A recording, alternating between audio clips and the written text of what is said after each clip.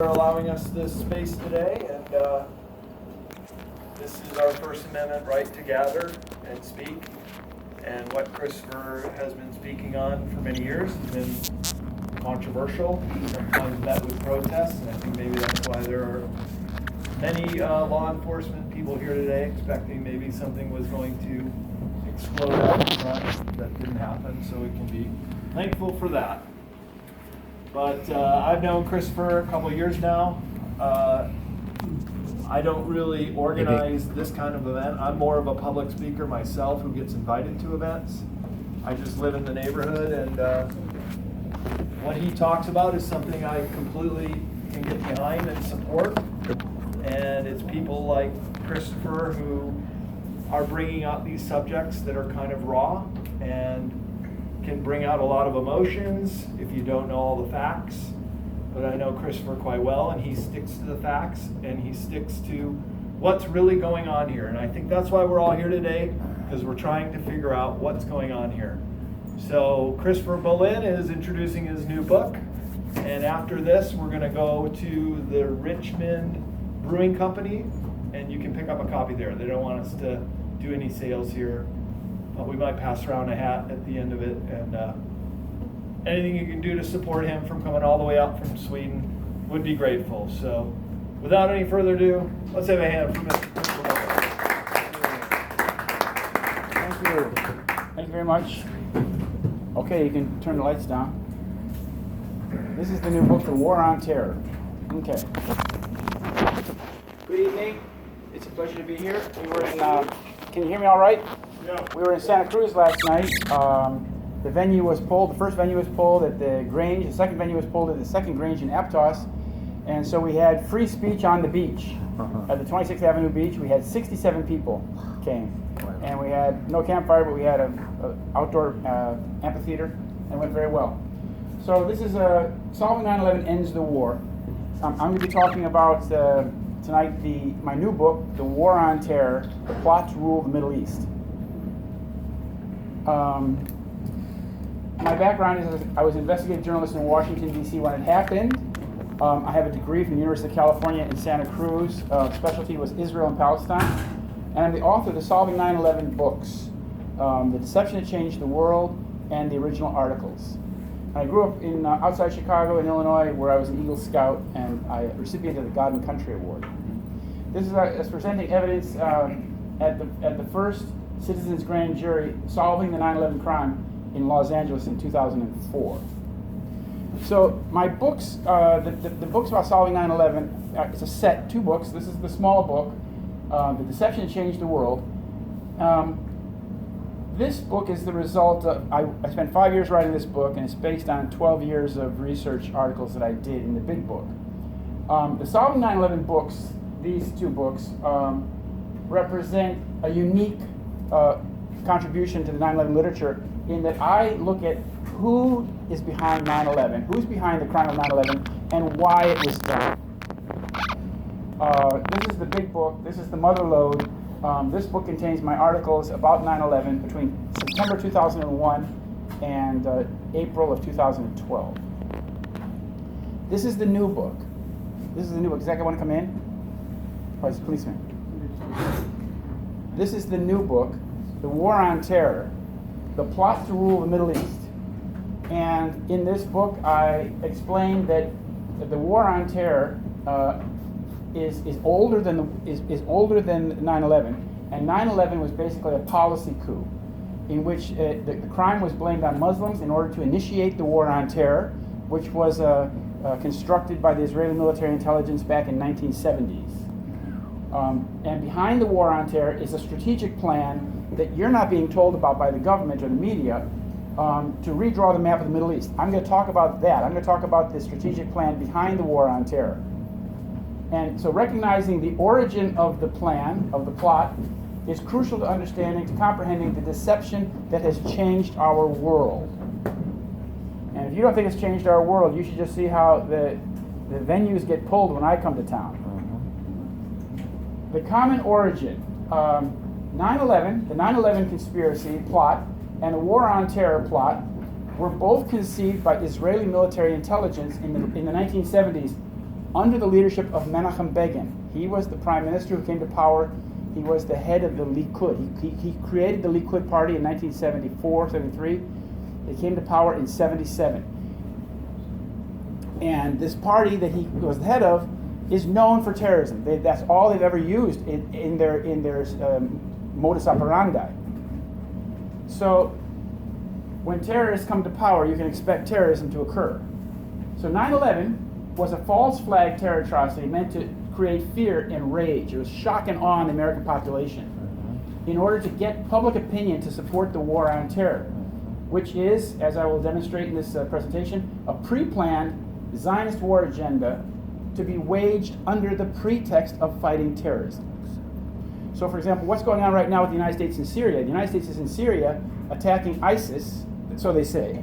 They tell us that the reason why they're spending taxpayer dollars in Syria and putting American lives in danger in Syria and killing people in Syria is because they're fighting ISIS.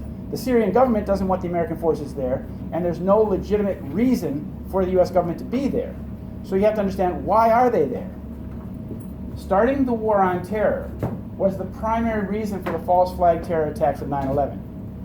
So they had constructed this edifice known as the war on terror, with all the explanations and predictions of catastrophic terrorism and how it was necessary for American forces to go into the Middle East.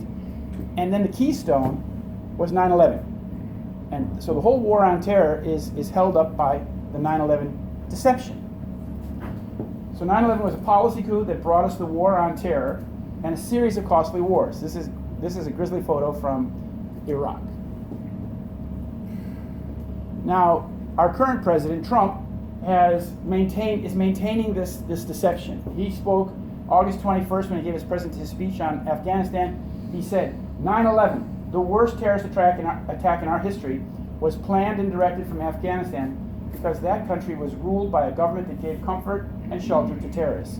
So he's for the second time in his presidency that I know of, he's supporting the deception of 9/11, which is not a good indication. Now this man, Wesley Clark, he was speaking in San Francisco 6 years after 9/11, and he said some very important things at the Commonwealth Club of California. He said, whether you're a Democrat or Republican, if you're an American, you ought to be concerned about the strategy of the United States in this region. What is our aim? What is our purpose? Why are we there? Why are Americans dying in this region? That is the issue. Now this man is a 4- or 5-star general in the U.S. Army. He was the supreme Allied commander of Europe during the Yugoslavia wars. So he's no small fry.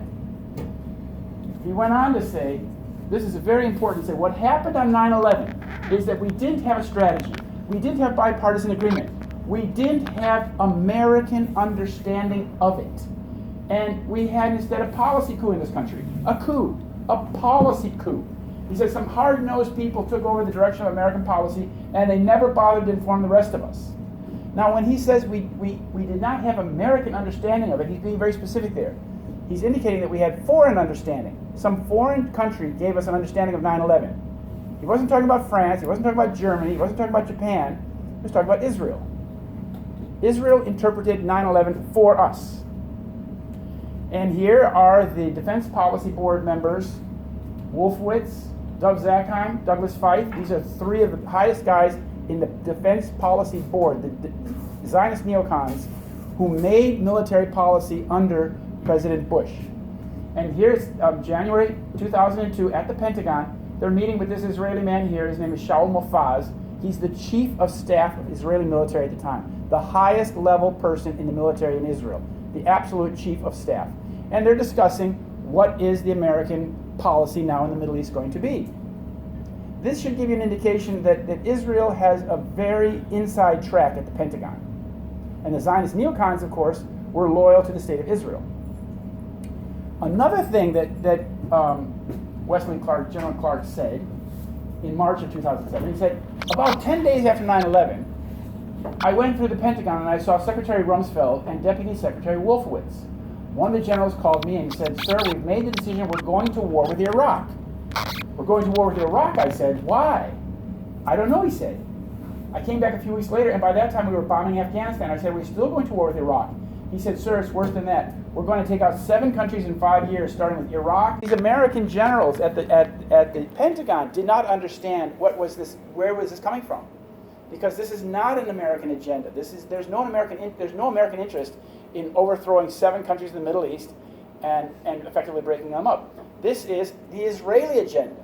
That's what they were talking about. That's what the Defense Policy Board was all about. And this is actually an Israeli plan that goes back, documented at least in 1982 in the English language. This map is from a New York Times article, Imagining a Remapped Middle East. That's what they're doing now. And in 1982, it was published in English, Israel's Master Plan to Dominate the Middle East by Oded Yanon. And the Yanon plan calls for basically the breaking up of the Arab states into ethnic constituent enclaves. In the case of Iraq, it's Shiite in the area in the south, Sunni in the west, and Kurdistan in the north. Now in 4 days, there will be an election in Kurdistan here in the north of Iraq, in Erbil. They will have a referendum, and they will be voting for independence for Kurdistan. Now, if the Kurds vote yes, then that will be a de facto partition of Iraq. That's the game plan in Syria, but the Russians and the Iranians have put a stop to that, have at least been an obstacle to that agenda. Currently, Libya is broken up into pieces. Saudi Arabia is on the chopping block to be. And this is the Israeli plan. By breaking up the Middle East into ethnic statelets, then every country will be basically an ethnic state, like Israel. So nobody can say, you're not democratic, because all the states will be ethnic states. Israel will probably be the only one with nuclear weapons, though. And this is the ethnic constituency of Iraq. You have Shiites down here and Sunnis here and Kurdish area in the north.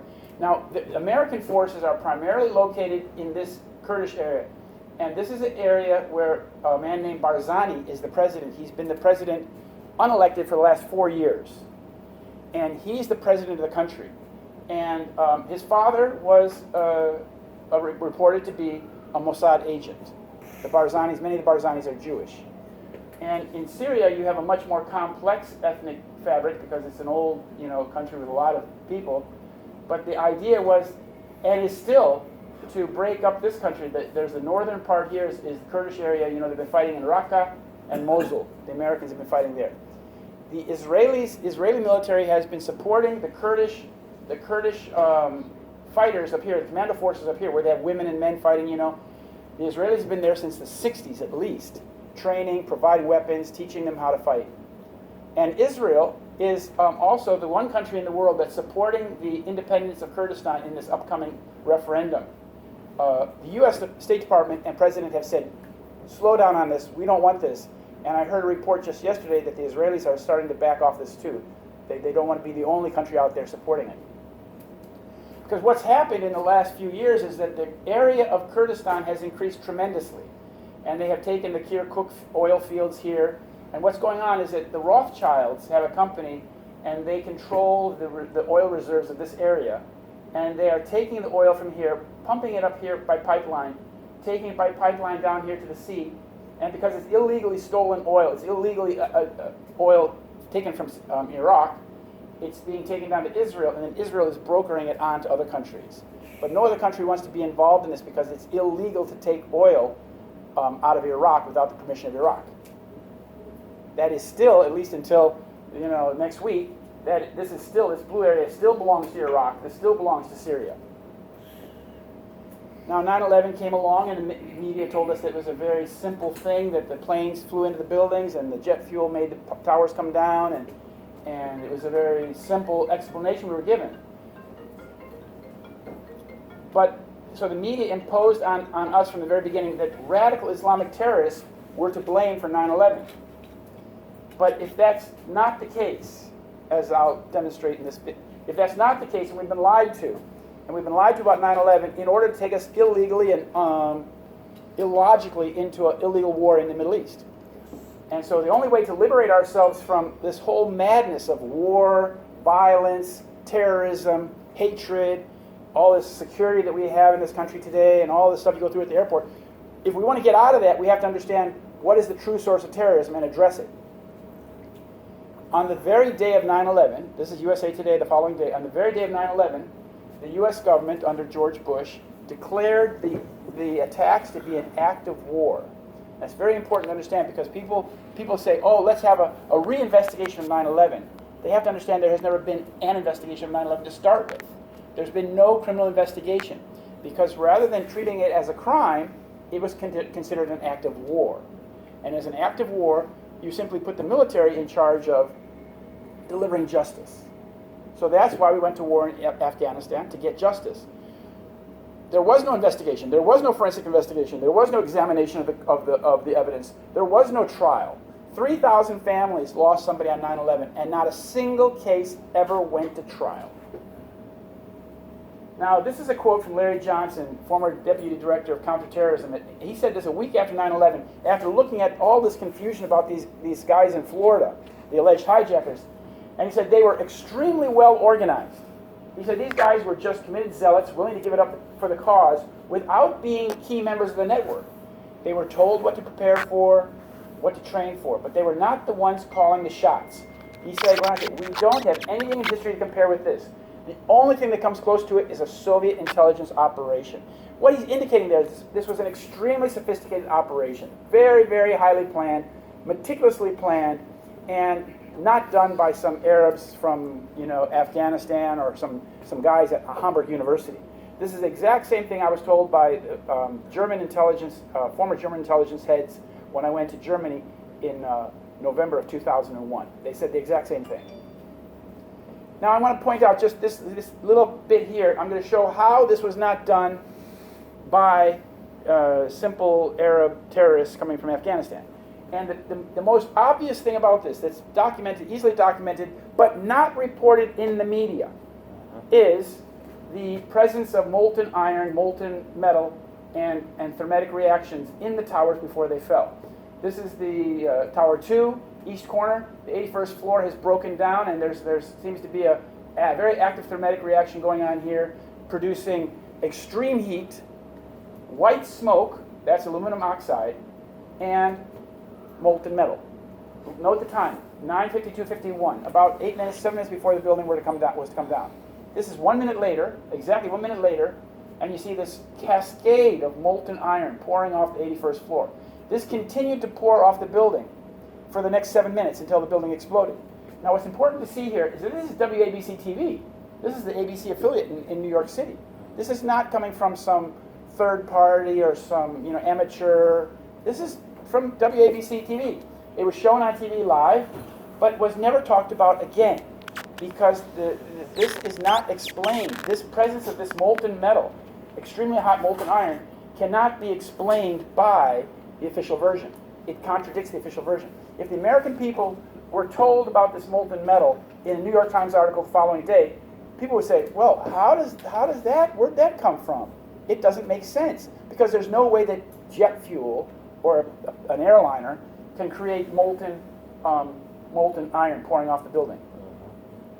Likewise, when they started removing the rubble, they found that it was extremely hot. And when they would, pull pieces out it was like in a foundry. It was, orange hot, red hot, yellow hot, dripping steel. So, and the firefighters talked about molten steel. They said you get down below, you see molten steel running down the channel rails, like you're in a foundry, like lava, like a volcano.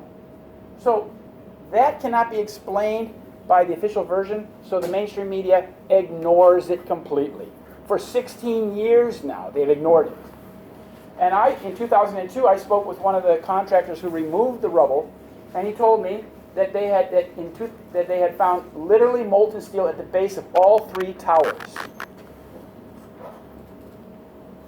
Now, another thing is that those tremendous clouds of dust that rolled through the streets of Manhattan and into the ocean and the lake and the sea, those contain huge amounts of these very small iron-rich spheres.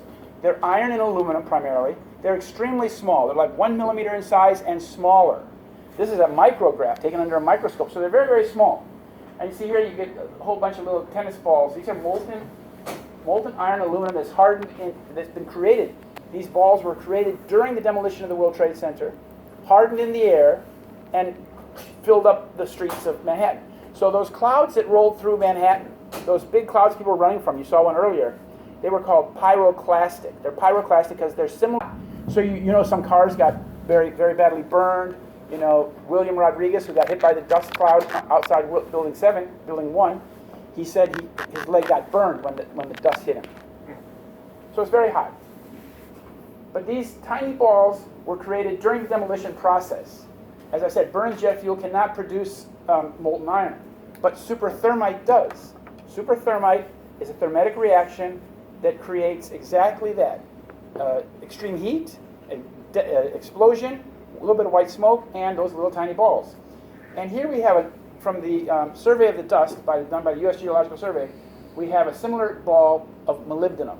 This is one of the hottest, or one of the highest melting temperatures on the periodic table. How did this happen? Well, this is just to give you an example of, this is from the U.S. Department of Defense. These first four things are thermites. Thermite is when you react a aluminum with a oxidizer. Often ferrous oxide, usually iron oxide. In this case here, it's molybdenum oxide, molybdenum trioxide. And what they're showing us is that these thermites, these top four thermites, produce more energy per gram or per cubic centimeter than high explosives. And when you make these thermites using nanotechnology, meaning when you mix them almost molecule by molecule, the surface reaction is so big and the reaction is so fast, it's explosive and extremely energetic. I submit to you that this is the material that was used to pulverize the World Trade Center. This is what was found in the dust. It looked like some sort of primer, but when this material, it's a silver on one side and red on the other side, when it was heated up to 430 degrees Celsius, it exploded, created a little tiny ball of iron and aluminum, just like we found in the dust. And this is what it looked like up close. It had a red layer and a gray layer. This is a nano composite of thermite. Again, this is made using nanotechnology. It's extremely advanced. It was extremely advanced at the time, so people didn't expect to find it. And this discovery was not supposed to happen. When it did happen, I was attacked, and Professor Jones, who made the discovery in Utah, was attacked. We were both defunded. We lost our jobs, and other things followed. So if the government and media are lying just about 9/11, by not talking about the evidence, by not presenting the American people with the evidence, by pretending that this narrative that they've constructed is true, it means that they, the media and government, are controlled by the same people who carried out 9/11. That's a simple deduction, because the only people who benefit from the cover-up are the guilty.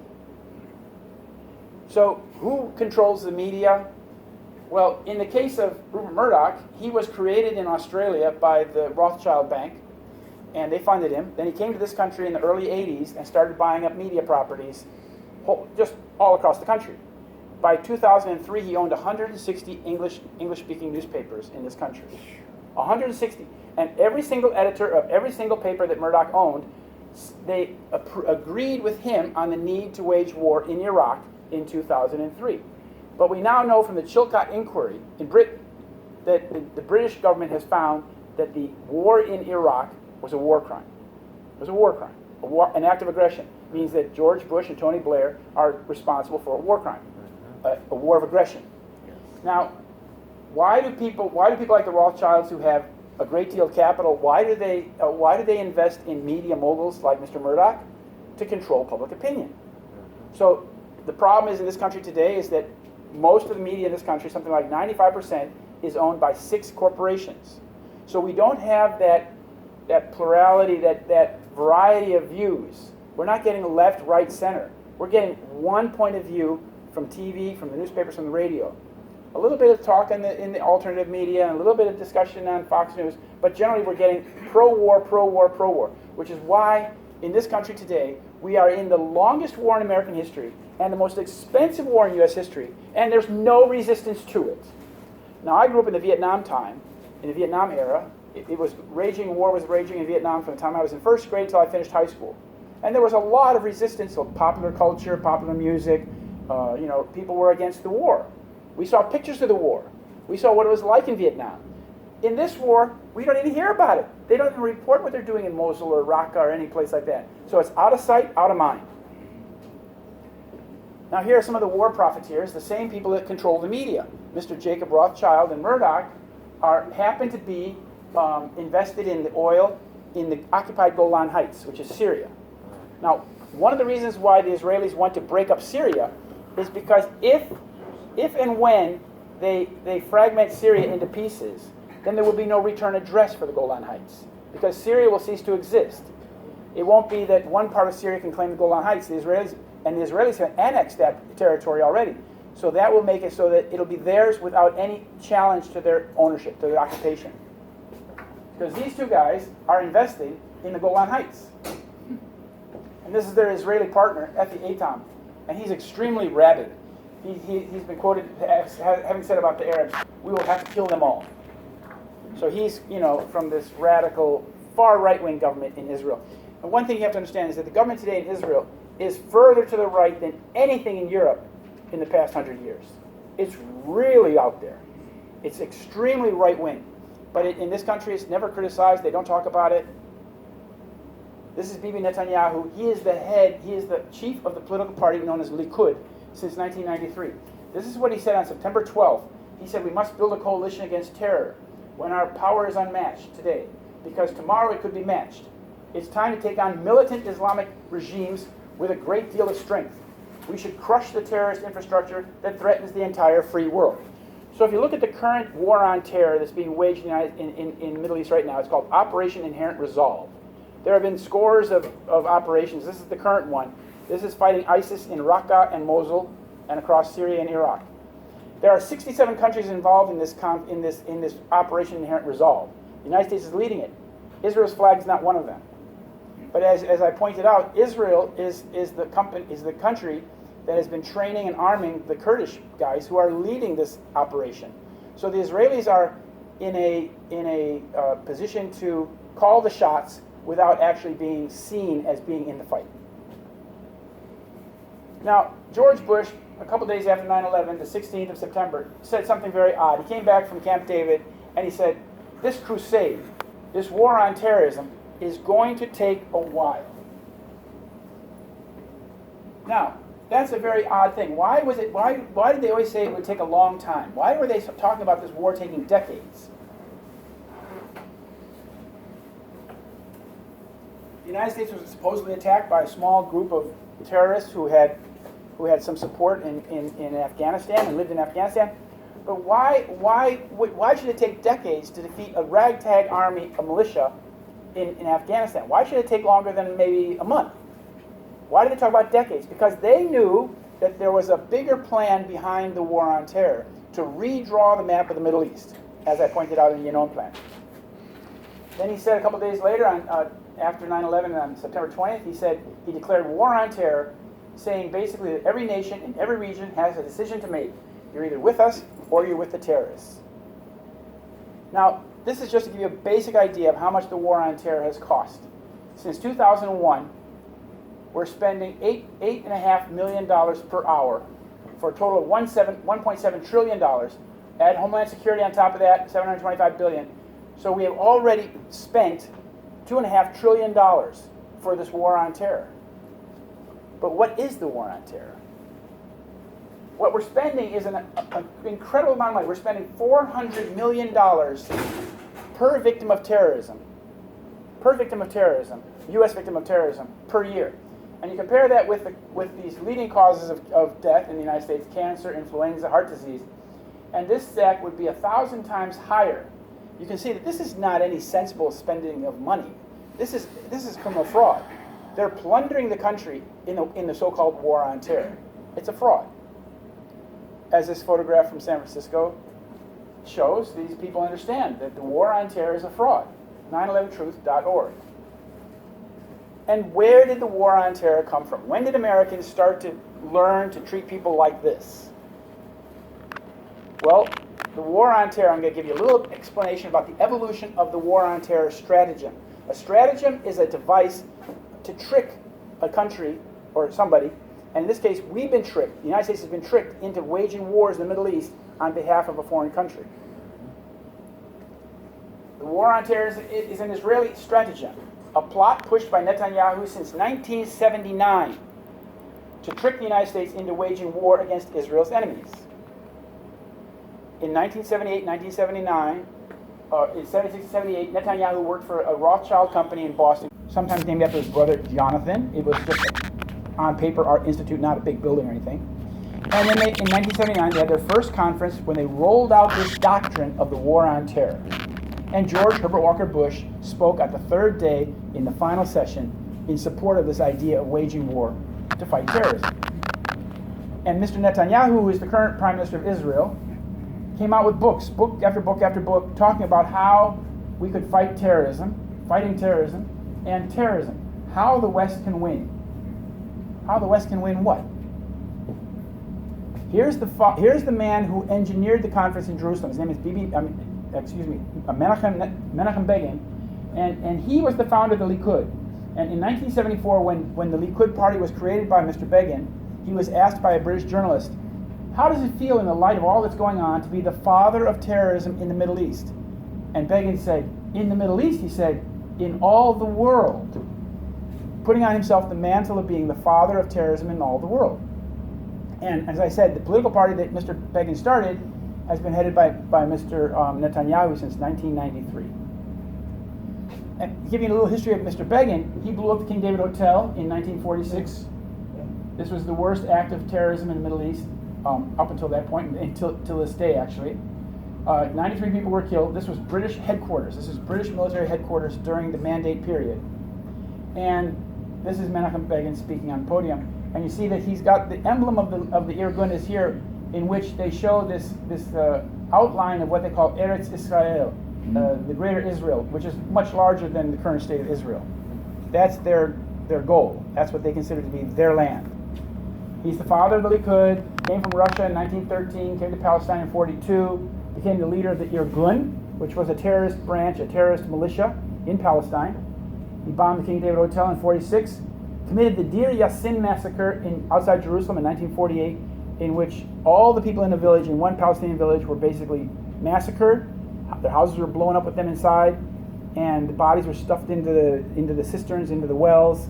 And this was a form of terrorism to scare the Palestinians, so that the other villages around would take note of what the Israelis were doing and would flee. And so you put fear into the population, and they fled. And then he created the Likud in 1973, became prime minister in 1977, and promptly invaded Lebanon in order to try to increase Israelis' land in the Galilee up to the Litani River.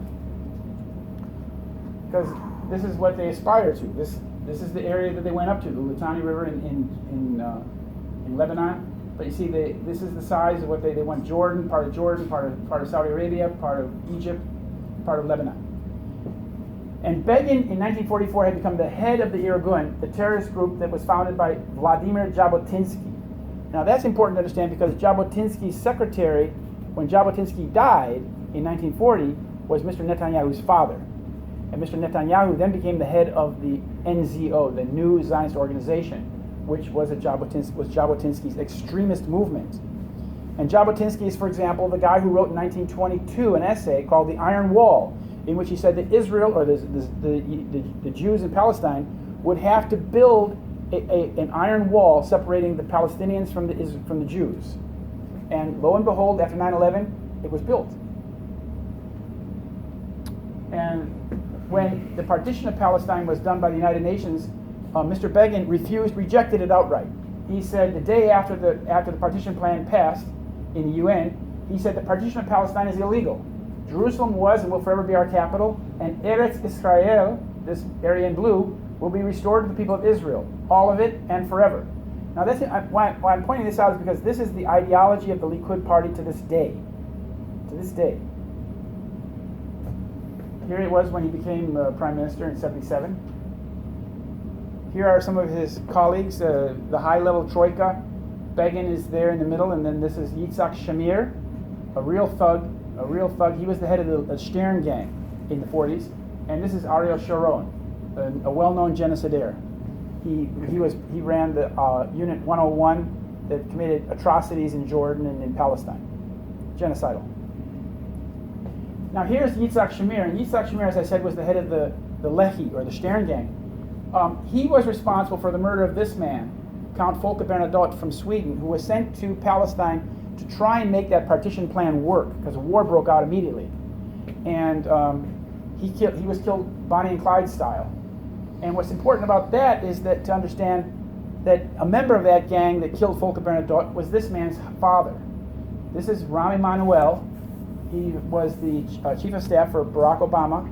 He was the special advisor to Bill Clinton in the White House. And this man, his father, was a member of the Stern gang in the 40s in Israel when they killed Folke Bernadotte. So we had in the White House, during the Democratic presidencies of recent past, we had a son of a real terrorist. Now, these are some of the noteworthy terrorists of the 1950s in Israel.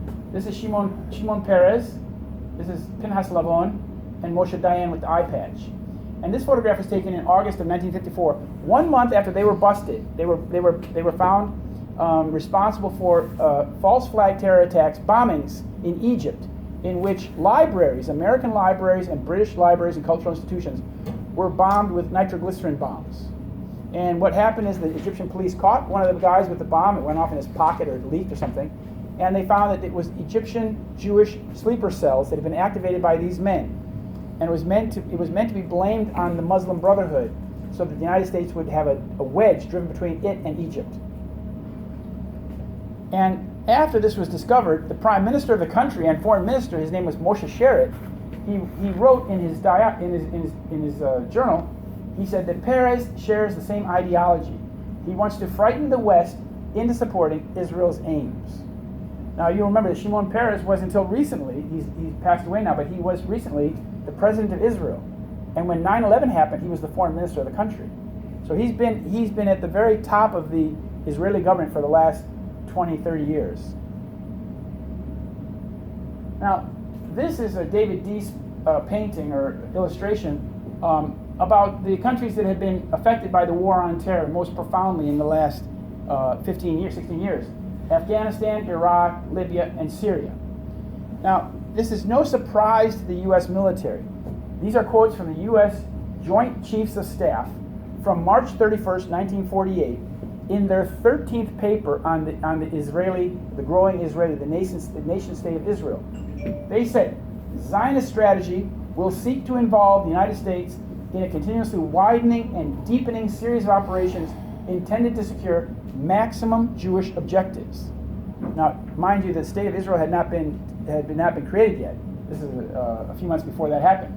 And they went on to list some of the objectives. The Jewish objectives included the expansion of Eretz Israel, the land of Israel, into Jordan, Lebanon, and Syria, and the establishment of Jewish military and economic hegemony over the entire Middle East. So it's like the American military was not fooled by what the real goals of Israel and Zionism were in the Middle East. And why should they? When this man, David Ben-Gurion, another Rothschild employee, when he's from Rishon LeZion, when he became the prime minister of Israel, he said to his joint chief to his general staff, the military staff, he said, we should prepare to go over on the offensive with the aim of smashing Lebanon, Jordan, and Syria.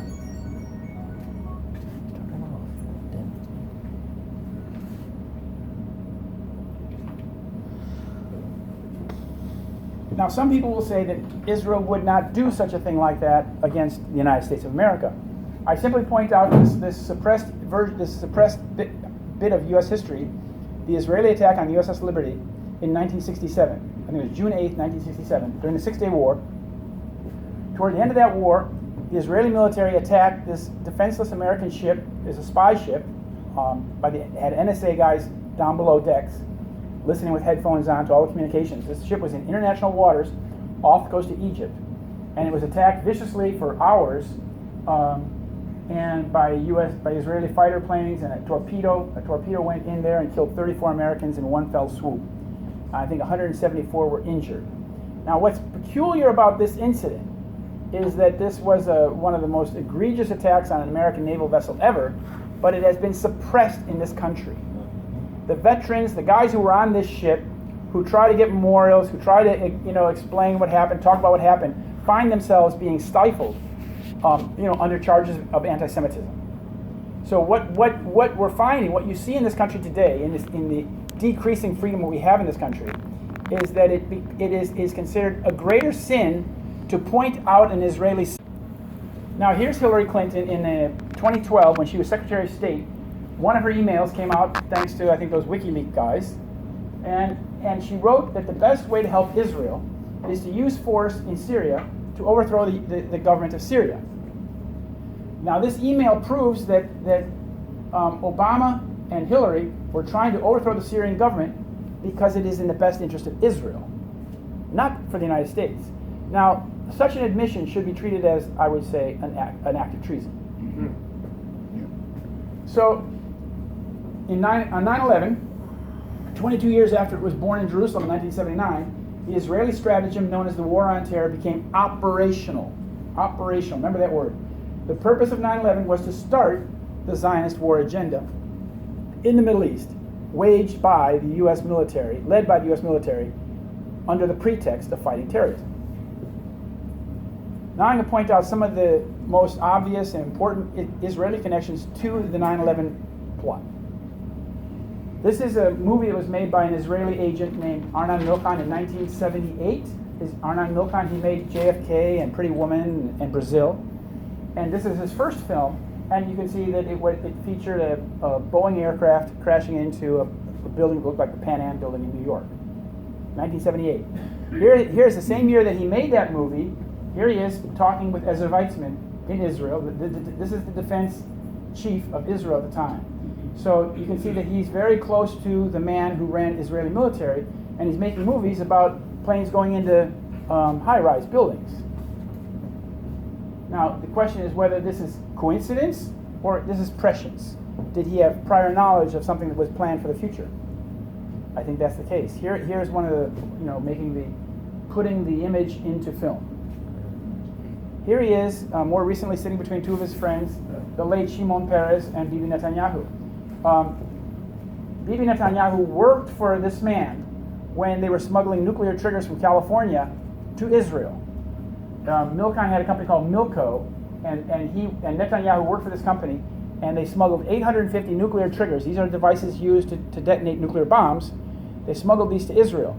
And Milchan's employees, American employees, were arrested and held accountable. But he himself was not listed in the indictment, although it was his company that did the smuggling. So he's very highly connected. And they say he's worth $5 billion, but he's well known to be a money launderer for the state of Israel, and previous to that, South Africa. Now, he's also a business partner with Rupert Murdoch. And Rupert Murdoch made this film in 2000, in which a Boeing aircraft is flown into the World Trade Center. And this is very realistic. They actually filmed this with helicopters in Manhattan. And it was aired on TV. It's called The Lone Gunman. And at the very last minute, the plane missed hitting the towers, just by inches.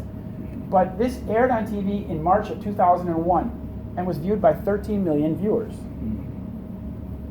Now, the father of Israeli intelligence, a man named Issa Harel, this is the man who was the founding father of the Mossad, of the Shin Bet, and other intelligence agencies in Israel. And as the father, in 1979, he predicted that Arabs would attack the tallest building in New York City. So he predicted the 9/11 attacks 21 years before they happened, 22 years before it happened. And he made the prediction to this man here. It's an American Zionist named Michael Evans. And here you can see Michael Evans is very close to Menachem Begin in 1979. That's when he got the prediction of Arabs were going to attack the tallest building in New York. And this was the prediction. He said, "Do you think terrorism will come to America? If so, where and why?" And Harel said, "I fear it will come to you in America. America has the power but not the will to fight terrorism. The terrorists have the will but not the power to fight America. But that could all change with time." And asked about where it would happen, Harel said, "New York City is a symbol of freedom and capitalism. It's likely they will strike the Empire State Building, your tallest building, and a symbol of your power." So the head of Israeli intelligence is making this prediction 22 years ahead of 9/11 and explaining why the Arabs would do this. Well, not to be left in dream world, two of Issa Harel's top lieutenants from the Mossad then came to the United States, came to New York City, and obtained a security contract at the World Trade Center for terrorism. And the head of the company was a man named Avraham Shalom, or Avraham Shalom Ben Dor. He had used different last names. And he was the president of a company called Atwell Security of Tel Aviv. And they got the security contract in 1987. But when it was discovered that this man had been convicted of 2 murders in Israel in 1984, the Port Authority tore up the contract. Had they not torn up that contract then, 9/11 probably would have happened in the late 1980s. This was the relationship. These 2 men came to get the contract. This is Zvi Malkin and Avraham Shalom Ben Dor. And as I said, when they discovered his criminal convictions in Israel for murder of Palestinians, they tore up the contract. But that not to be thwarted, not to be sent going back to Tel Aviv, Avraham Shalom Ben Dor went to work for this man, Jules Kroll. And Jules Kroll had a company called Kroll Associates. And in 1993, after the first bombing of the World Trade Center, Kroll Associates rewrote the security protocols and got the security contract for the World Trade Center, which brought the Israeli guy into the security contract that he had tried to get earlier. So he used an American Jewish Trojan horse, or a scion, to get what he wanted to get. Now, in the early 1980s, the United States and Saudi Arabia began funding an operation to train a terrorist group in Pakistan called Gulbuddin Hekmat Yar, Hezb Islami, Party of Islam. And these are the people in Afghanistan protesting this group, the Gulbuddin Hekmat Yar. And they say the gangs of Gulbuddin is another U.S. crime of the U.S. government. What happened is that the United States and Saudi Arabia put up the money, and the Israelis took weapons that they had gotten from the Lebanon battlefield, took them to Pakistan, and then they provided training with these weapons in terrorism by Israeli military intelligence agents under the leadership of Ehud Barak. This is how it worked. Ehud Barak was the head of the military intelligence, as known as Amman, A-M-A-N, in 1983. And that's when Amman began training and arming these characters, the Afghan Arabs who came to join the jihad, and the Pakistanis the Afghans who were in Pakistan. Most of this happened in Pakistan. If you want to know more about this kind of operation, you can read about it in the book Charlie Wilson's War. But what's interesting is that the Israeli role in this has been kept secret, very secret. It's very hard to find the documentation of it, but it's been found. So what happened is that Charlie Wilson from Texas started to work with the Mossad, and he arranged for the Israeli weapons and trainers to go to Pakistan, and for the Pakistani government to accept this, even though it was anathema to their Muslim, teachings and things like that. And the CIA funded the weapons and the training for the Hezb Islami. But the question is, why would the United States and Israel and Saudi Arabia, why would they be spending money to arm and train a group in terrorism that was notoriously anti-Western? What were they doing? They were creating the enemy for the war on terror, the cadre, which would become Al-Qaeda. And this is how it worked. This is the congressman from Texas over in Pakistan or Afghanistan. And here's Zvi Rafia, the head of the Mossad in Washington, D.C., station chief. And these 2 men were friends since 1973. As soon as he came to Washington, he was befriended by the Mossad. And it's interesting, in the book Charlie Wilson's War, they explain how Rafia used the congressional office of Charlie Wilson as if it were his own office. This is what it said. Rafia always acted as if he owned Wilson's office. One of the staffers kept a list of people he needed to lobby. He would use the phones, give projects to the staff, and call on Charlie to intervene whenever he needed him. If you've been to Congress, you've seen those offices. They're as big as half of this library for one congressman. They have a whole bunch of people working there. And this Israeli Mossad agent was able to use an American congressman's office as his own.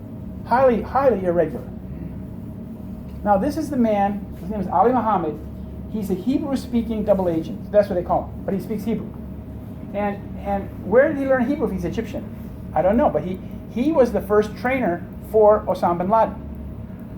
There you see him there. He was the boss.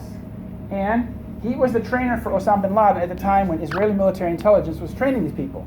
So he learned his Hebrew, obviously, while working for Israeli military intelligence. So they used these men who spoke Arabic or had Arabic backgrounds or who were double agents or were Israeli men who have a history of living in, Morocco or Egypt, what have you. So they spoke the language and were able to present themselves as being Arabs. With the funding of the CIA and Saudi Arabia, became Al-Qaeda and Taliban. The Al-Qaeda is, of course, the Arab-speaking ones, and the Taliban is the Pashtuns, the Afghans. So then in 1993, we had the first bombing, and Michael Chertoff, the U.S. Attorney for the District of New Jersey, played a key role in the prosecution. 6 people died in this bombing. The purpose of this bombing was primarily to create the impression in the American public that Arabs were trying to bring down the World Trade Center. They knew the FBI was involved in this. The FBI was involved in the production of the truck bomb and everything. They knew that it wouldn't bring down the World Trade Center, but the blast itself would imprint on the mind of the American people the idea that Arabs were trying to bring down the World Trade Center. And here's the man, the Egyptian colonel, this guy here, his name is Ahmad Salem.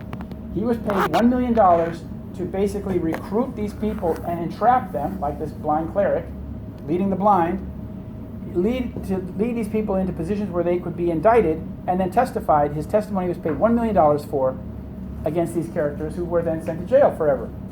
And then Ahmad Salem disappeared in the Witness Protection Program, never to be seen again. So they got the New Pearl Harbor in 9/11, and the Zionist plans had called for a new Pearl Harbor. One of the examples was Philip Zelikow. This person here was the head of a catastrophic terrorism study group in which they imagined a transforming event in which they predicted a catastrophic terror attack like 9/11 in 1998, Christmas of 1998. They predicted that this would happen any month now. So they're preparing in the minds of academic people and people in the bureaucracy in Washington the idea that the United States was prone to an act of catastrophic terrorism, and when it happened, there would be big changes in this country. And 2 of the other authors of this study group were this man Ashton Carter and John Deutsch. And when they wrote this paper, they were working for a company called Global Technology Partners, an exclusive affiliate of Rothschild North America. So that this was being produced by people who worked for Rothschild. Another group was this Kagan group, the PNAC, otherwise known as the Project for a New American Century. And 1 year before 9/11, they came out with this infamous paper called Rebuilding America's Defenses, which called for the United States basically to become the policeman of the Middle East and the world, and that the United States should then occupy Iraq, whether Saddam Hussein was on the throne, it didn't matter, because it was supposedly in our best interest, the U.S. interest as a global policeman, to occupy Iraq. And they said this process of transformation, even if it brings revolutionary change, is likely to be a long one, absent some catastrophic and catalyzing event like a new Pearl Harbor. Sorry. Next important thing is that Israeli Mossad controlled security at the main U.S. airports on 9/11, where the people got on the plane, where the supposed hijackers got on the plane. That was done through a company called ICTS, based in Holland. Israeli Mossad guys ran it. Here's 3 of the main characters: Boaz Harel, Yair Shamir, the son of Yitzhak Shamir, that's the son, and Ed Kugelman. And they owned a company called Huntley USA. Huntley USA was the company that did passenger screening at Boston's Logan Airport, at Newark, at the airports involved on 9/11. And so this company, headed by these Mossad guys and Israeli intelligence, they were in the courtroom for the tort litigation. I mean, it was their company that was the key defendant in the 9/11 tort litigation, which never happened. It never got to trial. Every single family was settled out of court. The next thing is that Israelis create false histories for the alleged hijackers. Now, these are the 19 hijackers. 15 of them lived in Florida. Many of them had received duplicate licenses, in which they'd gotten the license on Tuesday, called in on Wednesday to DMV and said, I've got a new address, can I get a new license sent to my address? And DMV in Florida would send them one. So then you had 2 licenses in the same name, for same identity, out in circulation. One was at this address, one was at this address, right? And this is done in order to create false histories. And many of these, other of these people had lost their passports. So their passport was being used by somebody else. And thirdly, we now know from BBC, and we knew shortly after 9/11, that I think 7 of them were still alive. Now, the use of these false identities to create false histories is an old Mossad trick. You can read about it in the book The Little Drummer Girl, in which that's what they do with a Palestinian crossing Europe. And a bomb goes off in a synagogue in Jerusalem, in Germany, and the Palestinians, of course, blame it. But in the book, the head Mossad guy tells the actress who's played by Diane Keaton in the film, he says, terror is theater. Theater's a con trick. You know what that means? Con trick. You've been deceived. You've been deceived. And that's where this country is today. We've been grossly deceived about 9/11 and the war on terror.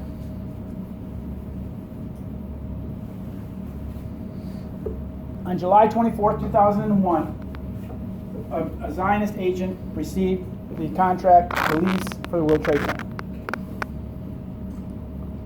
It went to a man named Larry Silverstein, but how it got to Larry Silverstein is a story in and of itself. It was done by this man, Ronald Lauder, here. He's the son of Estee Lauder. He was the director of New York City's privatization program under Governor Pataki. So he decided what properties would be privatized. And it's interesting that this man, Ronald Lauder, not only did he manage the privatization scheme, he funds the Lauder School of Government Diplomacy and Strategy at the Mossad Center, IDC. It stands for Interdisciplinary Center in Herzliya. It's a Mossad university. And there at IDC, the Israeli Major General Daniel Rothschild heads the Institute for Policy and Strategy. So you see, when Mr. Lauder goes to Israel, he meets directly with his Rothschild colleagues in this Mossad Center, where they come up with a lot of these ideas.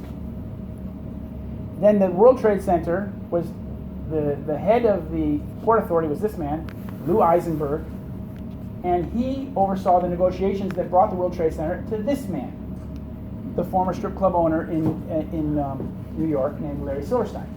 Now, Larry Silverstein is no small Zionist. He was the national chairman of the United Jewish Appeal of New York, UJA Federation of New York.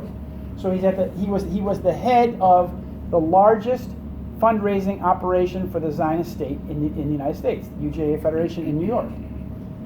And so these two men were both on the board of this organization, and then he oversaw the negotiations that gave the World Trade Center to him. And there's a lot more behind this that exposes the fraudulence of it, because Mr. Silverstein did not have the money to pay for the World Trade Center. It was lent to him by the GMAC, which then went bankrupt in 2008, the General Motors financial arm.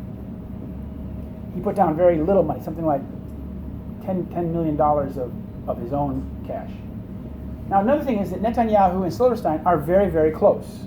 Now, this is important to understand because Mr. Netanyahu, as I've explained, is the godfather of the war on terror doctrine, and he's the godfather of the 9/11 complex. He owned Building 7 that fell down at 5:20 in the afternoon, and he had leased for 100 years both Buildings 1 and 2. And for every Sunday afternoon, these two men would have a telephone conversation in New York time, regardless of where they were in the world. Netanyahu would call Silverstein, and they would talk every Sunday afternoon for years, because according to the Haaretz newspaper in Israel, these conversations, this weekly conversations, began before Netanyahu became prime minister in 1996. So we're talking about 6 years or so that these conversations were going on every Sunday. What was so important that these men had to talk about every Sunday afternoon? Well, Larry Silverstein then got the World Trade Center at late July 2001, and he said, "I'm proud to assume the stewardship of the World Trade Center, one of New York's greatest jewels."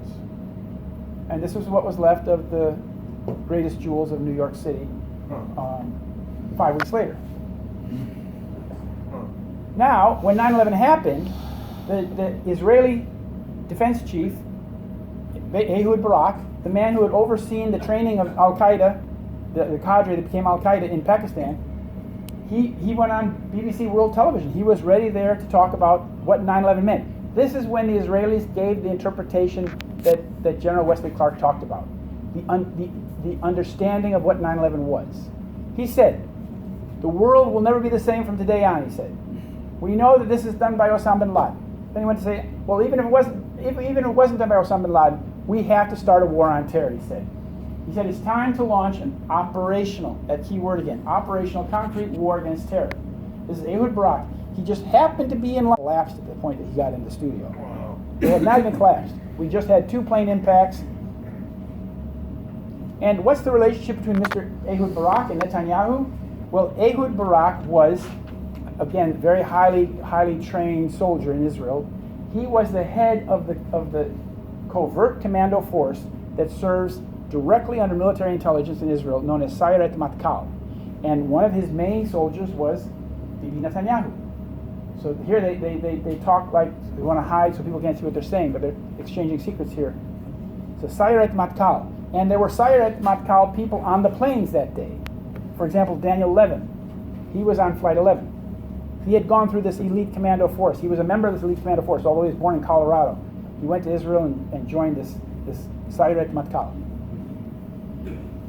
Now, another thing is that Ehud Olmert, this man who just got out of jail in Israel, he was in New York City. He was deputy prime minister of the state of Israel, and he was mayor of the sister city of Jerusalem to New York.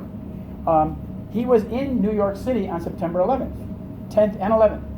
But this was kept secret from the people in New York. That's highly unusual. Usually when a high-ranking Israeli politician is visiting New York, it's front-page news. In this case, it was kept out of the news. Why? Here he is with Bibi Netanyahu, and as I said, this man just got out of jail, and this man is currently under investigation in Israel. He might wind up in jail at the way things are going, but only for Israeli crimes, not for crimes committed against America.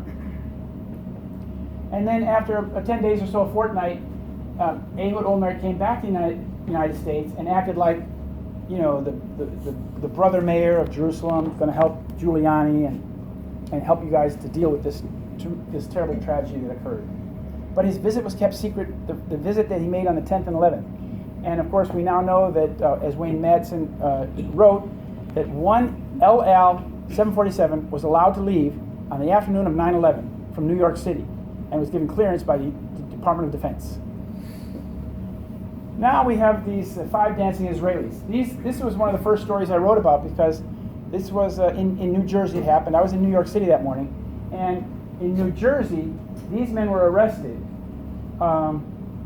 having been seen celebrating the attack on the World Trade Center. They had parked themselves on the Jersey side of the river with the World Trade Center in the background, and as the World Trade Center was burning and people were dying, they were clicking their lighters and giving high fives and celebrating the attack that was occurring behind them. And they were making videos of themselves doing this, and a woman oversaw them, called the police, and the New Jersey cops finally caught up with them. But as I drove across Pennsylvania that morning, Ted Koppel was on AP News. He said that the FBI is looking for 5 Middle Eastern men who had been seen photographing and celebrating the attack on the World Trade Center. Now, why did he call them Middle Eastern men? That's interesting. They don't, you wouldn't say these are Middle Eastern men just by looking at them. They're Israeli after all. But they were apparently wearing Palestinian garb, like keffiyeh, the headscarf that Palestinians wear.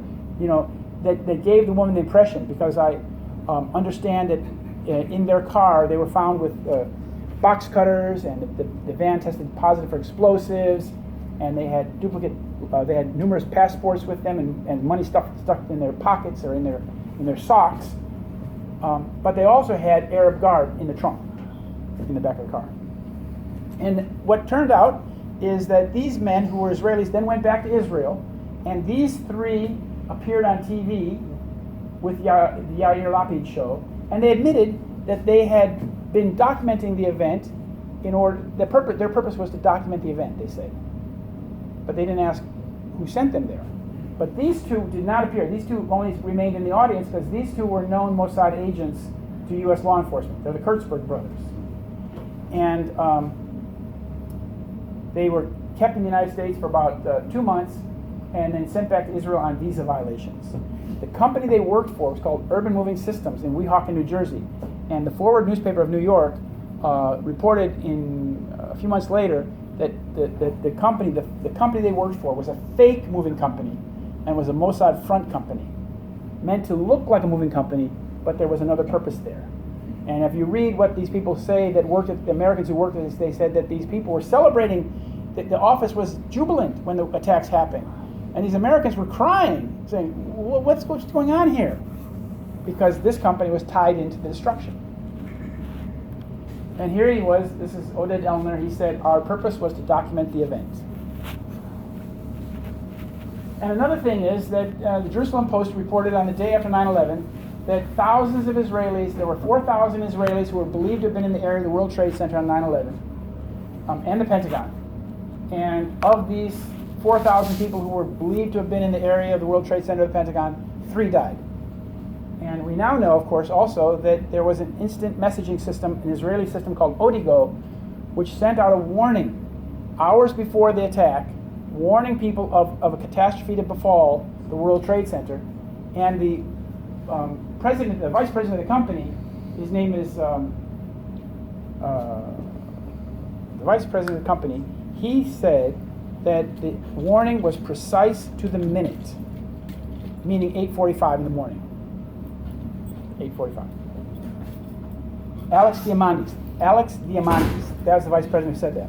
And it was reported in the Hebrew press, in the Israeli press. Now, another thing is that if you remember, there were these strange put options that were made. Some people obviously knew something was going to happen to the airlines and the insurance companies that day, and they made these bets. They're kind of like hedge. They made these bets that are called options trading.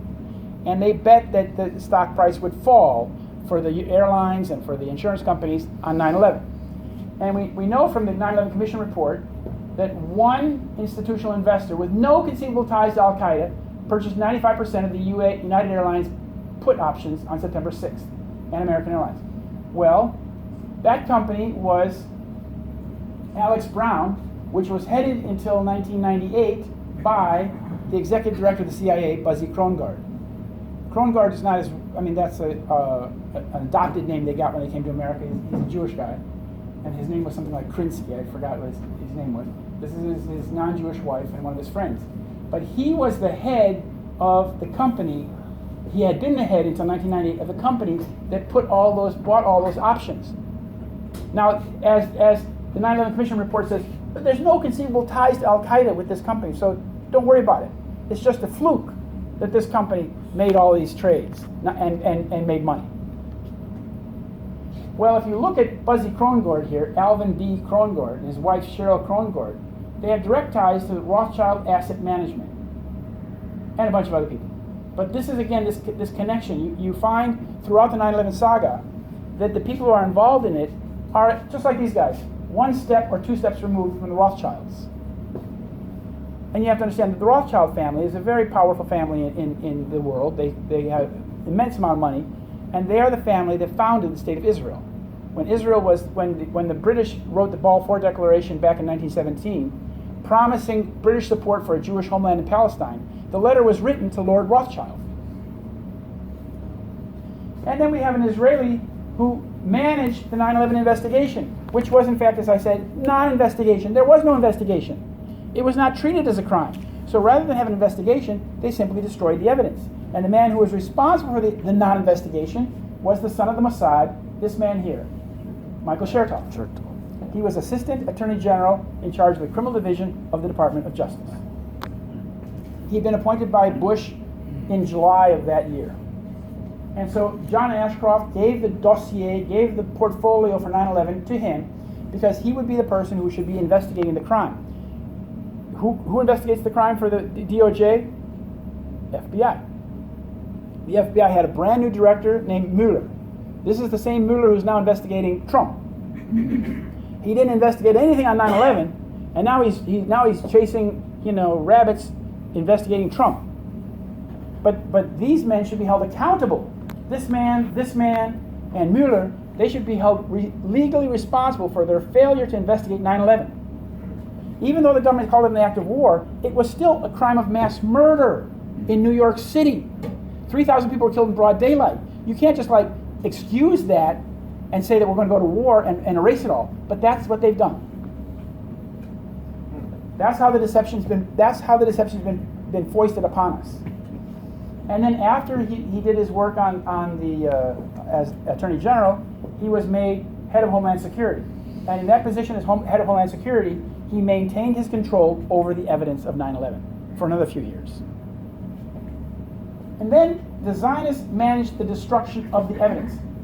Now, when you hear somebody like Judy Wood telling you that there was no pile of metal, show her a picture like this. There's huge piles of metal. All that was left from the World Trade area of what they call Ground Zero. It was thrown hither and it was thrown hundreds of meters to the side, around in the periphery, but it stayed in place. Now, what happened is that this steel was then collected from almost day one, taken to a junkyard, two junkyards in New Jersey, that were both controlled by Israeli agents, and there it was cut into pieces 5 feet and shorter, and mixed with other steel, and exported and taken to China, and India, and Korea, in Asia, where it went through a network of Zionist agents that had been created by a man named Mark Rich. Mark Rich sent two of his traders over to the United States, and they created this network to deal with this process of how they would destroy the steel. All of this was done in advance. Mark Rich, Clinton. Yes, exactly. The same Mark Rich in Switzerland. And this, yeah, that's exactly the guy. And so all this steel was cut into pieces and sent. And one other thing is that one of the junkyards, one was owned by Naparano, had been owned by Mr. Naparano, family-owned junkyard. But the Zionists came in the summer before 9/11, they took over the junkyard, made Mr. Naparano a paid consultant at his own junkyard. But what they had to do is also, showing some impressions here, they dredged the Claremont Channel in Jersey City, I think it is, right by the junkyard to facilitate deeper ships coming in and taking the steel out. They knew they would have a big order. Now, you have to ask yourself, at the time they did this, the price of scrap steel was the lowest it had been in 50 years.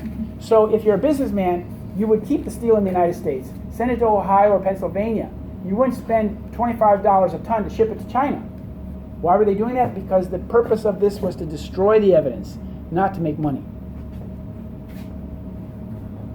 And then we have a Zionist agent who presided over the 9/11 lawsuits and litigation. This man is Alvin Hellerstein.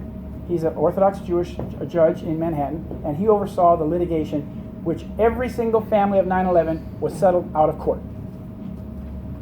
And there was I discovered that this man had a fundamental primary family conflict of interest, and that his son worked for the law firm that represented the key defendant in the litigation, ICTS, those Yair Shamir and those other two guys I showed you that oversaw passenger screening at the airports. His son worked for the law firm in Israel that represented that company. That's a conflict of interest. You can't do that. Here's the basic relationship. That's the son Joe, that's Daddy Elvin, and Joe worked for a firm that represents Kuckerman. That was Mr. Kuckerman I showed you before, parent company of ICTS. Kuckerman is CEO of Rothschild Group and chairman of Israel General Bank. So there again, you see this Rothschild funding entity comes in behind, one layer back. Hellerstein then oversaw the litigation in which all the families were dismissed. And in May of 2011, he dismissed this Israeli company. He dismissed it unilaterally, saying that you're just a parent company. I don't see why you're here. So what he did, what Hellerstein did is he whittled away at the case until there was no case left. And so then the few families that were left, they said, God, there will be no truth coming out of this case. There will be no legal discovery. So the only thing we should do is just take the money. And that's all they could do. Because they did not get the process that they wanted that would give them legal discovery and accountability for the loss of their loved ones. And then finally, the families that were settled, the first 2,900 families were settled by Kenneth Feinberg, Special Master of the 9/11 Compensation Fund.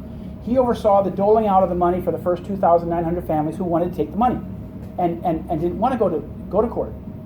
And his wife, who helped him with this operation, she is an executive of the United Israel Appeal and Jewish Federation of Washington and sits on the Board of Governors of the Jewish Agency. So they're very highly connected at the highest level of the Zionist apparatus in this country.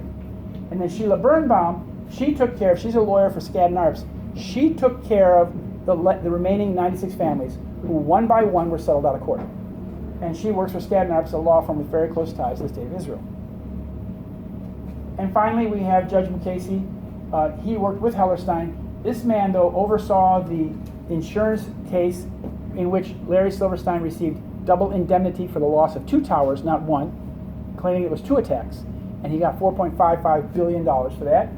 And Mukasey also oversaw that 1993 bombing where the Arabs and the Muslims were blamed for the bomb that the FBI had created. The FBI had created that bomb that went off in 1993. And finally, Mr. Netanyahu admitted that 9/11 benefits Israel. On 9/11, he said to the New York Times, "It's very good. It will, well, it's not very good," he said, "but it'll generate immediate sympathy." But who would say it's very good when you're talking about a catastrophe in which 30,000 people were thought to have died? On 9/11, that's how many people they thought were inside the rubble, 30,000. And then a few years later, he spoke in Hebrew at Bar Ilan University. He said, speaking to the Israeli audience, he said in Hebrew, "We are benefiting from one thing, and that is the attack on the Twin Towers, the Pentagon, and the American struggle in Iraq."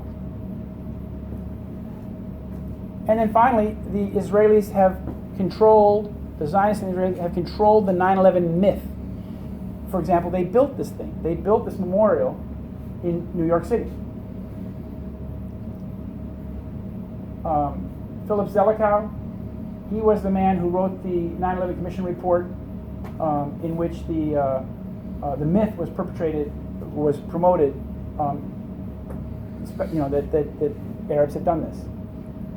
But we now know that the people who worked on the commission said that it was a pack of lies. This man, John Farmer, said what government and military officials told Congress, the commission, the media, and the public about who knew what when was almost entirely and inexplicably untrue. And the two chairmen said, to this day we don't know why NORAD told us what they told us. It was just so far from the truth. So the 9/11 Commission report is a pack of lies.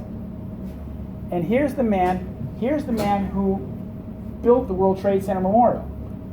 His name is Arad. He's the son of Moshe Arad, the former U.S. Israeli ambassador to the United States. That's him.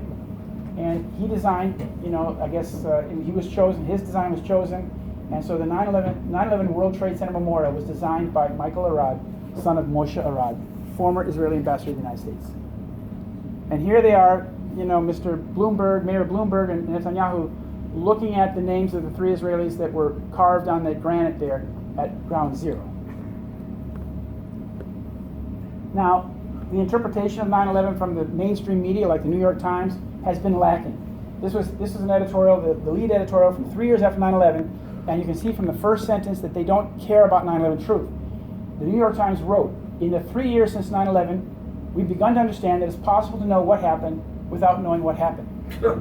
Now that's been the position of the U.S. media all along. They have not discussed the molten metal. They don't discuss any of these details. They don't discuss the destruction of evidence. Because they've given us a myth. We've been given a myth from the 9/11 Commission report, and that myth is what we have to stick with. And the media has promoted this idea that this war on terror will never end. There's no stopping bin Laden's army, the army that the CIA, Saudi Arabia, and Israel created back in the 1980s. For 15 years, now 16 years, the controlled media has pushed a false narrative about 9/11 and the war on terror, all the while suppressing real evidence that disproves the official myth. And this is the end of the program, basically. This is the man, Alan Zabrowski, who wrote the introduction to my latest book on the war on terror.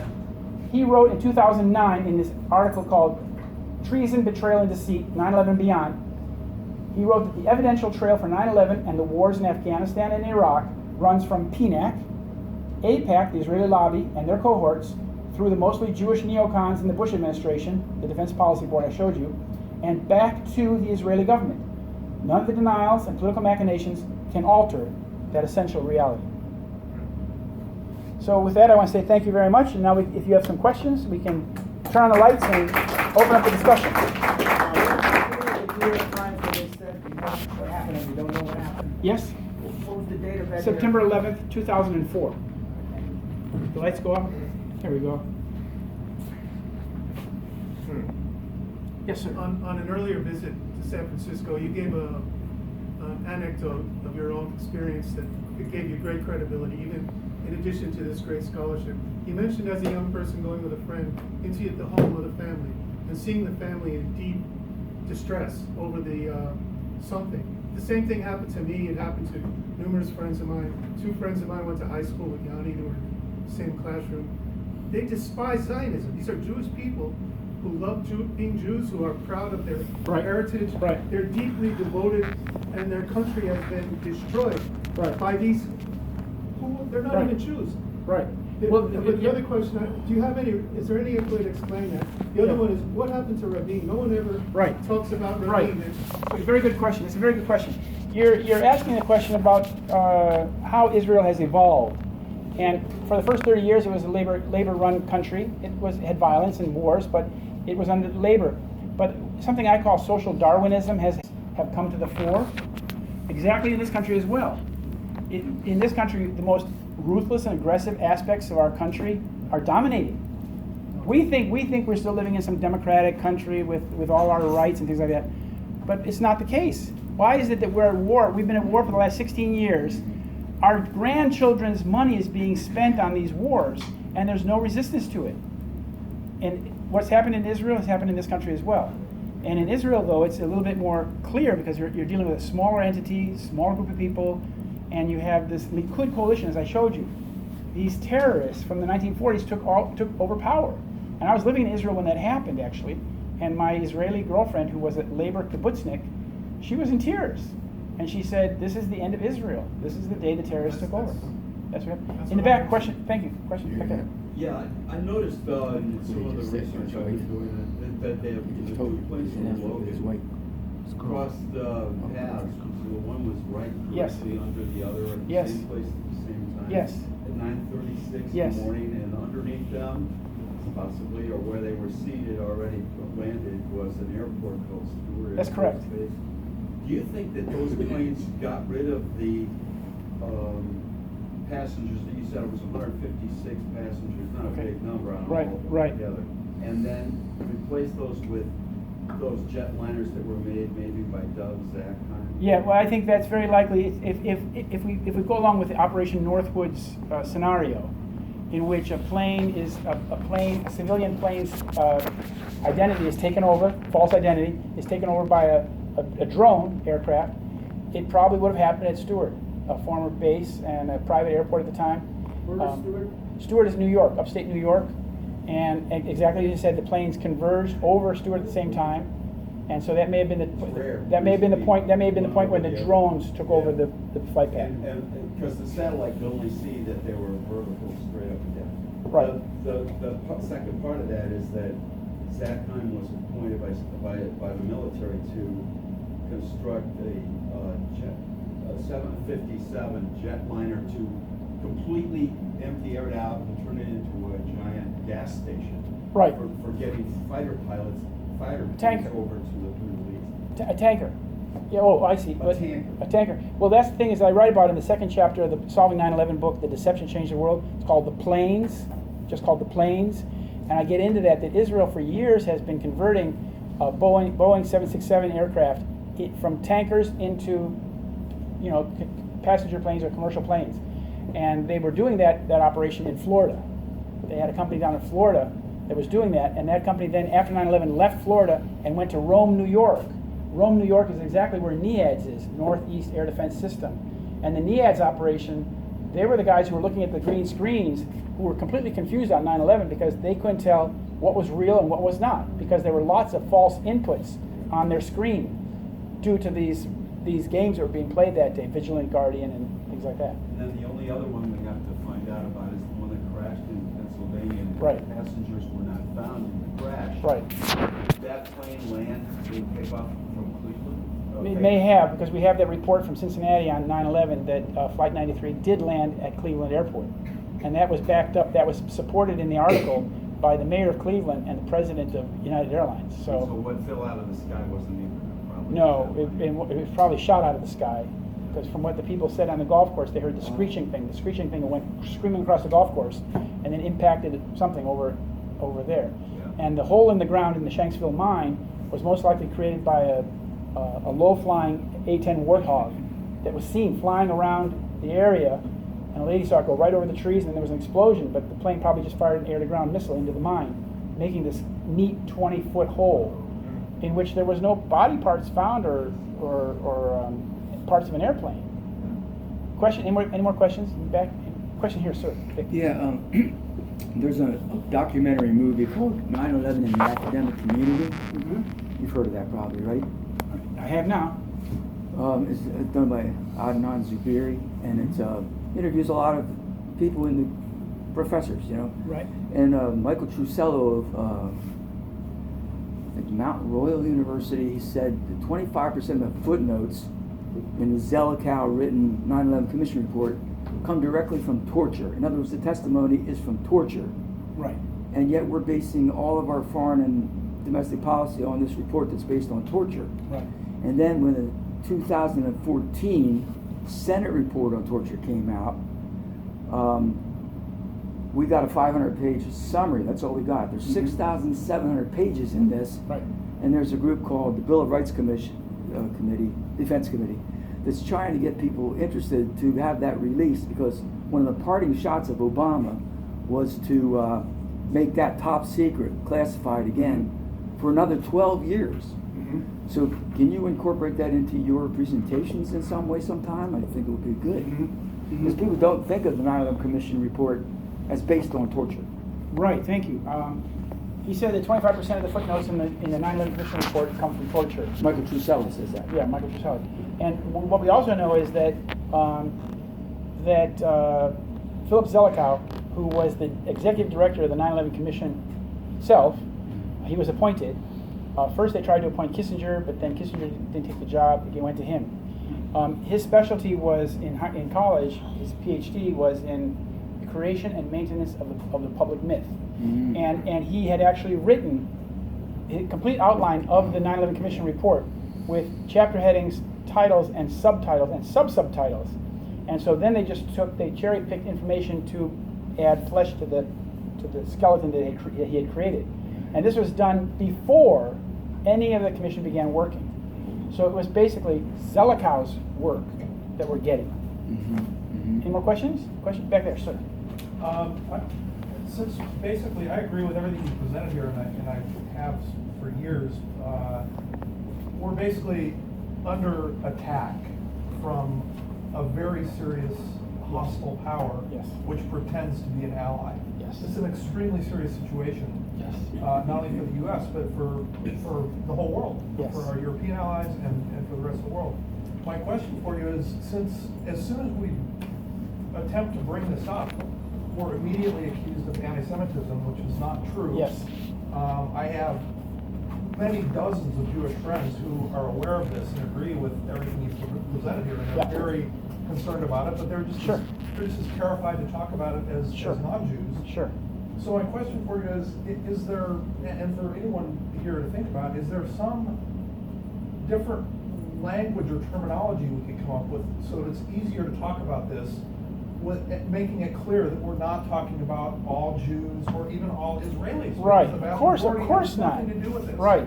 Because they need us. Thank you. That's a very good question. That's a very good question. And as I tried to show here, we're dealing with a very, very small group of Zionists, and that very small group comes from a little bit larger group. But Zionism is in many shades. But these particular characters are extremely ruthless. But they belong to the military apparatus, and so we're talking about a crime. We're not talking about an ethnicity. We're not talking about a religion. We're talking about a crime. And in a crime, you go where the data leads you. You investigate, and what you find is what you find. As Stephen Jones says, the data doesn't lie. So what I try to do is separate this from any notion of anti-Semitism or Judaism. We're not talking about Judaism here. We're not talking about Zionism even. We're talking about a crime that was carried out by a foreign country against this country, in which we've been deceived. We've been utterly deceived. And the only way we can free ourselves from this deception, this gross deception, is to understand the true source of the crime. And when we understand that, we can see that our relations with Mr. Netanyahu have to be re-examined, with him and the entire Likud branch and Israel itself. But that hasn't happened. Israel is on the receiving end of all largesse from the United States, $38 billion over the next 10 years, thanks to Obama. And secondly, we're waging this war on behalf of Israel. But we're sitting back here trying to make sense. The media never reports about what's going on in Syria or Iraq, but when you do, it just doesn't make any sense. Like you read these reports recently from the helicopters going into Deir ez-Zor and removing ISIS commanders by helicopter. What's going on here? Why are U.S. helicopters removing ISIS commanders? And you often see that when ISIS was getting pounded by the Syrian army, the United States comes and pounds the Syrian army and hits back. So it's like the ISIS game is all a schauspiel. It's all a spiel. It's a facade. What's going on is a war of conquest and aggression under the guise, under the pretext of fighting terrorism. The sooner we understand, I mean, if you're Jewish, this shouldn't affect you unless you support the criminals. If you want to identify with the criminals who did this out of some sort of perceived tribal identity, well, that's your choice. But I'm looking to solve the crime. It hurts me to see my country so deceived. This country has gone a long, long way down in the last 16 years. And if we want to restore peace and prosperity to this nation and to the world, we have to man up and address who's behind the crime itself. And disabuse ourselves and our colleagues and our friends and family of the deception we've been burdened with for the last 16 years. It's just common sense. Ma'am. Are the servicemen and women who've been involved in all these conflicts, are they a source of, that if we could educate them, do you have any kind of game plan where we educate them? Yeah, well, but the military has a peculiar quality about it, is that they don't really care if the order is legal or not, or what's the strategy. They get an order and they want to execute it the best way they can. They're like carpenters. You tell them to build this table and they're going to build it the best they can. They don't ask why you're building the table or what it's for. You told them to build a table, they build a table. And the military is very like that. They're very shallow in their understanding. But the guys at the top, like Wesley Clark, those are the people who can talk about the policy. And as he did here in San Francisco in 2007, he said he was baffled. The Pentagon was baffled. Why are we taking over 7 countries in 5 years? What is in it for us? There is not one American interest, no U.S. interest in any of what's going on in the Middle East. We are hurting ourselves. We're plundering the wealth of this country. It's all borrowed money. We're putting American prestige into the toilet, and we're destroying the Middle East.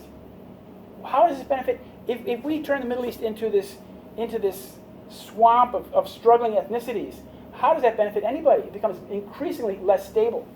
And you think terrorism is bad now? Wait until you've torn up all these countries. What'll happen then?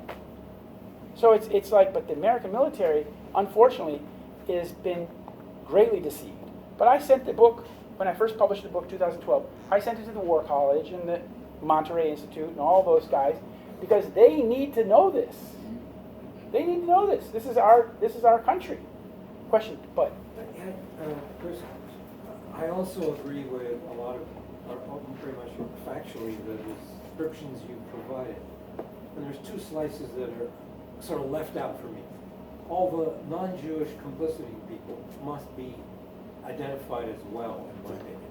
That means Cheney, Condoleezza Rice, Rumsfeld. There's a very large group of military people that had to be complicit to create the vigilant warrior, vigilant guardian, and so forth. And I just, how much can any one man cover? Right. But that's a whole slice that has to be added in some way, since they are the ones also who did it, in my opinion. I mean, the motivation somehow got bought off, brought into it, didn't know. I don't know what the story is, how they all got to it. I mean, Cheney, you gave a little piece. Yeah. As well as going on hikes. But I think there's got to be more explained. But here's my real question. Yeah. Regardless of who, where, what got to this, what is happening next? Yeah. In other words, for a little while I thought, oh, Trump is going to upend a lot of things. Maybe Right. something different will happen, Right. better than another Bush or another Right. Clinton. However, it seems he's, if anything, as bad or worse in signing up for supporting the Israeli friendship, the military situation, everything. I'm talking too long. Tell me what you have as an inclination of what we're now facing, what's happening. You mentioned some of Kurdistan and northern Iraq. Yeah. But what do you think is going to happen with all Yeah. of this?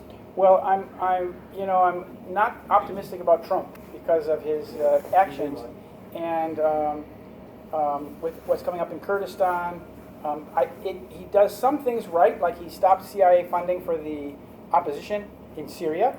That's a good thing, because he's letting Syria he's letting the Syrian army and the Russians win that war. It looks like. Yeah. It looks like, minus some last inning curveball that takes everybody by surprise. That might Sure, happen. that- That might happen. But he's maintaining hostility with Russia. He's maintaining increasing hostility with Iran, and so he's playing into this increasing war effort. So that means that it looks like we're going to get more war. And what happened when he made that speech about Afghanistan, and he reiterated the basic lie about 9/11 and the war on terror. What happened? His Bannon and the guys that were the populist leaders of the Trump campaign left. They jumped ship. Because what's happened with Trump appears to be that the Zionist pro-war faction has prevailed within the White House. And so Bannon is gone, and that guy, the Hungarian guy, is gone. And so it looks like, but at the same time, I don't think that Trump is complicit in the 9/11 crime. So I think that he might be a little bit cagey. He might have some independence left and may prevent increased war. I certainly hope so and pray so. But I'm not optimistic. Brad. So thanks everybody for passing around the hat. We should wrap it up in about 15 or 20 minutes. We're going to go over to the New Republic Brewery, Richmond Republic, right around the corner. Right around the corner? Yeah, just right on Clement between 7th and 8th, and just put your chair back and everything like that. A little good housekeeping, so everybody's happy. And there at that pub, I can offer you my book for a donation. This book is a very simple book. It's only 140 pages. It's The War on Terror, The Plot to Rule the Middle East. It's got the details of what I presented today. What I presented today is the basis of this. This book has all the details and explains how we've been deceived. Now, I made this book very simple, very easy to read, reads like a breeze, because I made it like common sense. It's very important that the American people be undeceived about the war on terror. And that's why this book is made so simple and affordable. So I offer this to anybody who comes to the pub tonight for whatever you want to donate. But I recommended donation would be $10. Okay? I do have a question. Please. And the question is the title of the book, which is The War on Terrorism. It seems what you're telling us The War on is Terror. with the whole deception and the plot line that we've seen, and it's not necessarily all Jewish or Zionism. We see Bush and Cheney up there. Right. They're implicated. Right. What this is all about is controlling the narrative. Right. And the narrative is a complete deception. So what we're seeing here with presentations like this and all of us starting to understand this deception, the cracks are beginning to form in the dam. And sooner or later the dam is going to crumble and that's all going to come out. So my question is, how much longer is this whole perception of this fake war on terror going to last? And what can an average person like us do to help other people understand what a deception we've been under? That's a very, very good question, because he's talking about the media and the government have constructed this false narrative. And really, they just have to maintain that false narrative like a totem pole so they can just explain what they're doing next according to their deception, according to their narrative. But since 2009, we've been on borrowed time, because since 2009, with the discovery of nanothermite, we've known that the official story about 9/11 is false, demonstrably false. So ever since then, the United States has been in a situation where the 9/11 truth people who understand what happened on 9/11, have been opposed by the U.S. government and the media, and that's not a stable situation. We can't. The truth will prevail. A lie cannot exist forever. It has to be supported all the time. And as he said, the cracks are falling. We don't know what's going to happen tomorrow. Something might fall out of the sky, might be some sort of confession, might be some new evidence. But the situation is that the truth is now out. The question is now, though, is how long can the government maintain? It's like the little boy with his finger in the dike. How long can you hold back that tsunami of truth? And the people in this country know they've been lied to. Since 2006, when 84% of the American population were polled, expressed that they did not believe, they thought the government was lying to them, or holding back on the truth about 9/11. 84% of the people do not believe the government since 2006. But they don't. What do they know? What truth do they know if they haven't, seen my presentation? If they're not familiar with the research? But it's only a matter of time. It's only a matter of time before the revolution of awareness overwhelms the lies, the tyranny of lies. Sir. Kind of a related follow-up to that is just very recently, in the last few days, Yeah. I think it's the chairman of the structural engineering department there. Yes. Finally agreed to do this study, and they just concluded that the NIST report on Building 7 is just bogus. They That did. There's no way it could have come out. It's come out now. It's been released. Yes, yes. And it's concluded that the NIST. Last week or so.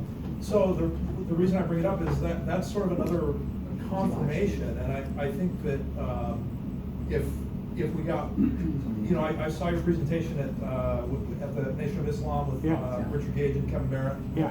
And I thought that was very positive because it's bringing people together, and it just seems like the more people that come together from different groups and start coalescing around the truth that you're bringing out, the less chance there is that we'll be marginalized with false, accusations of anti-Semitism or whatever. Right. And so I'm wondering have you had any other experiences of coming together with other researchers that have been productive, whether it's Richard Gage or whoever else, because that just seems like a very positive way to go. If we could get more university professors like this guy from University of Alaska at Fairbanks, or journalists, mainstream journalists.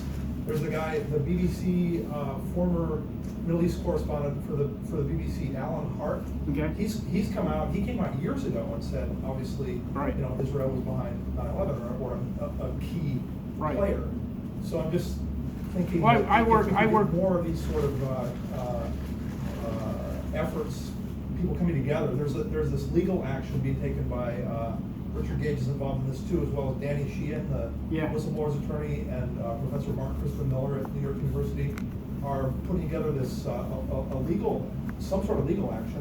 So again, that's people from different fields coming together and coalescing around this, and it just seems like that's a very positive development. If we could encourage. I just came from Washington D.C. and Richard Gage and we spoke there, but Richard Gage is involved now with this Architects and Engineers for 9/11 Truth, the Bobby McIlvaine Act.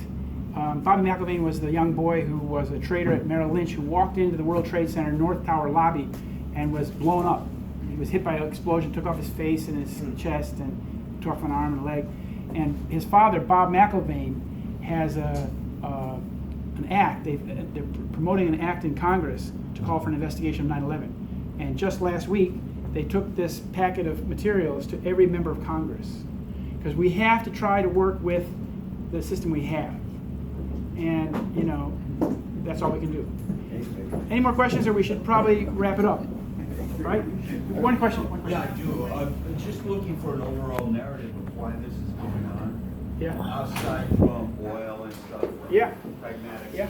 There seems to be a really serious connection to the Rothschilds. And the hegemony of the dollar. And the reason they want to keep the the strength of the dollar all around the world is because in almost every country there's a central bank that's controlled by the Rothschilds. Right. And it's going to be controlled in a new world government. Right. And I think that's what they're working on. That's why the pincers around Russia and the constant yelling at China and Russia. Right. And you said it. You said it. That's it. Yeah. I agree with you. Yeah. Any more questions? We have to wrap. Okay. One more question. Yeah, you might have commented on this elsewhere, but it's the question of the anthrax attacks. Yeah. They were dated 9/11. Excuse me, the anthrax were dated 9/11.